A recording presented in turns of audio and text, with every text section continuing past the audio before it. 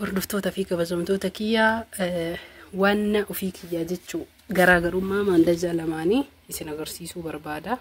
Lamaanuu wal bira qabsiisee maandajaan kun kiyya isa duraati. Kun ammoo kan maamiltoota kiyyaa bitaa jiru jechuudha. Mee isinuu hin beeytanii narra beeytanii garaagarummaa ibidda kana laala.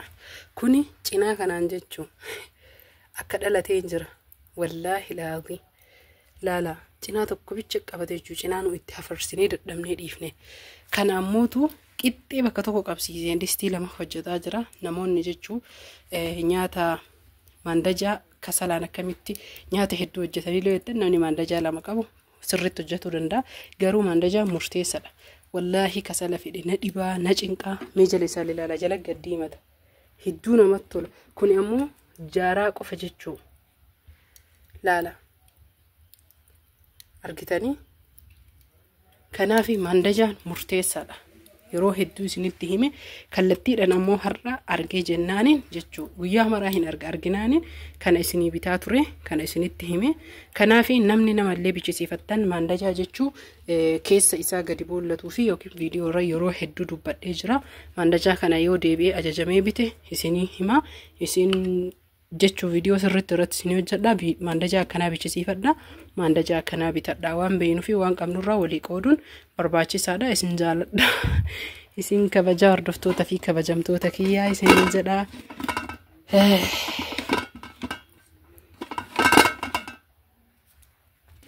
Kanaaf hordoftoota fi kabajamtoota kiyyaa dirqama ammootuyyuu jechuu istoofii furuuna nyaata hojjechuuf kanneen hunda qabaachuun nu barbaachisu. Akka biyya keenyaatiif akka gideetitti hojjechuu ni dandeenya. Haala amma argitan kanaan jechuudha. Zanagoone asitti anuyyuu amma kunoo shunkurtii qopheessee ibidirra kaa'adhee jira. Akkasumas illee waan biraa hojjetaa jira jechuudha. Kanaaf hordoftoota fi kabajamtoota kiyyaa sitti maaraqii jechuudha. Qiqqillee hojjetaa jira. Silaa jalqaba irraa tartiiban osoo isin agarsiisellee homaa wanni badaa hin jiru akka shoorbaa jechuudha. Ani nyaata agarsiisu itti yaanne. Isinii galee maandajicha jechuun maandajaa lamaan irratti waan hojjechuun firdiinatti taheefi maandajicha kana qajeelee isin agarsiisu waan barbaaduuf garaagarummaa maandajaa ija keessanii na argitaniif kun distii shii jedhaa jira laala. Kun ammootuyyuu qiqqillee silaa ka dafee shii jedhee takattaquu qabu hin danfuu qabu akkanumatti taa'aa jira isiniin jedha.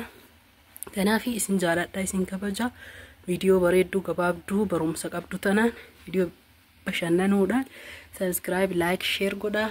Namoonni jechuudha meeshaa kiyya barbaadan lakkoofsa kiyya kana gaafataa turtanii 978 1572 75 WhatsApp Telegram na dubbisuun dagatinaa isiniin jedha. Horaa bulaa fayyaan faaya Oromoo koo guutuu.